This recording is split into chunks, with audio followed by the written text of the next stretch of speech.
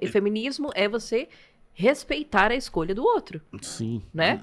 Mas eu acho que mais, né? Respeitar a liberdade A da liberdade feminina, da né? escolha. E são muitas questões culturais envolvidas. Então, assim, mas aí, por exemplo, se a gente vai falar assim, tá vendo?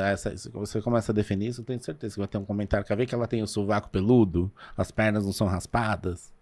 Ela Então, é lésbica, entendeu? Então, assim, é umas coisas assim, tão sem inteligência, sem mas é que fundamento. hoje todo mundo tem voz. E que bom Sim. que tem, mas Ah, infelizmente não tem a profundidade, não tem aham. o estudo, não vai atrás do que é legal ou não comentar, levar pra vida. Você vai numa rede social de X pessoas pra simplesmente destilar o seu O seu ódio. ódio. Eu falo uma coisa.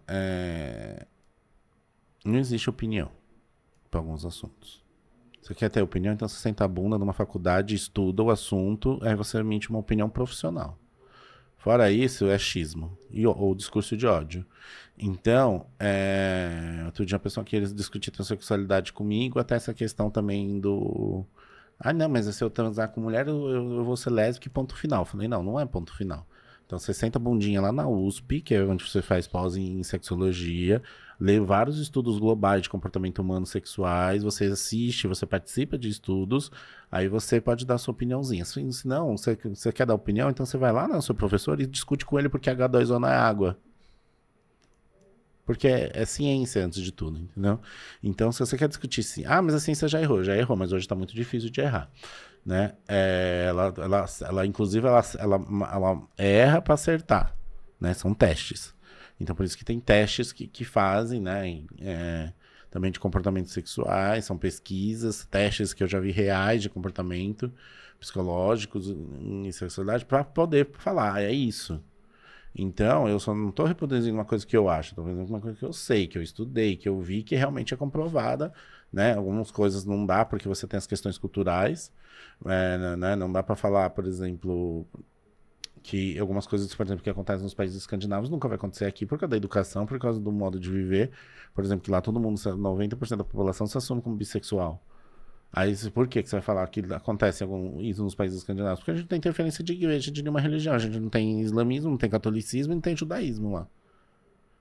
Então é muito, assim, tem, mas é muito pouco. Entendi. Então, você não tem interferência de ninguém te restringindo a nada, porque a religião também veio para controle do ser humano, Uhum. né? Então, ela vem controlar, né? Tem gente que até acha bacana, acha que precisa ter e tal. Mas os dogmas do mundo são controles. E o sexo foi uma das questões de controle. E as questões de controle caíram em cima da mulher. E aí, nós entramos de Porque você novo. sabe, né? Que se você não, o filho, o homem, se a educação não for bacana, é culpa da mulher. É, Se, tudo cai em cima se mesmo. ela tiver uma depressão pós-parto, também ela que tá errada. Como assim?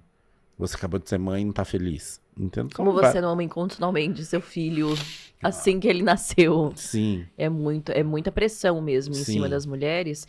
E, de novo, eu volto para as redes sociais, onde, já que você tocou no assunto de, por exemplo, pós-parto, Virgínia acabou de ter o terceiro filho, já tá com a barriga chapada. Uhum. A Kimberly, que teve filho lá do Neymar, postou, acho que foi ontem, antes de ontem, barriga chapada. É o tipo de coisa que quem tá em casa e não tem aquela realidade começa a se comparar, começa a entrar numa neura de, nossa, eu não tenho, por que que eu não fiquei assim? Sendo que a vida é completamente diferente. As Sim. condições são completamente diferentes. Você, nos bastidores, fazendo essa mediação, fazendo esse filtro, essa curadoria, você aconselha as pessoas que você tem contato no tipo de conteúdo que elas postam, no que elas influenciam? Eu falo sobre a responsabilidade, muito. Eu sempre alerto muito da responsabilidade de conteúdo, do que a pessoa está falando. Claro que você não pode obrigar a pessoa a fazer, mas eu acho que a minha obrigação é aconselhar. Eu tenho também, e não interferir no conteúdo. Eu acho que assim, você está assessorando, você não é um produtor do conteúdo, se ele chegou ali já com uma certa fama, ele tem os seus méritos.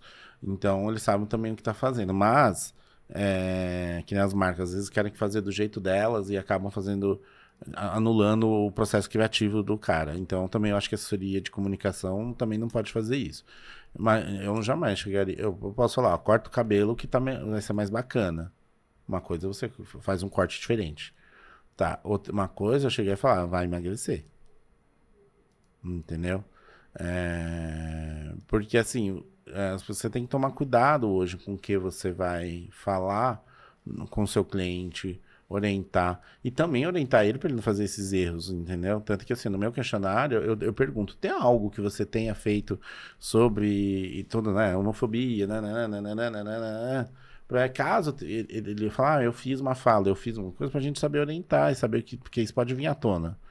Né? Hoje, como as coisas são muito rápidas, o cara pode ser um Zé Ninguém, tá começando a carreira, uma música estoura, e você cai num colo um sucesso e o cara tá sendo exposto pelo Brasil inteiro.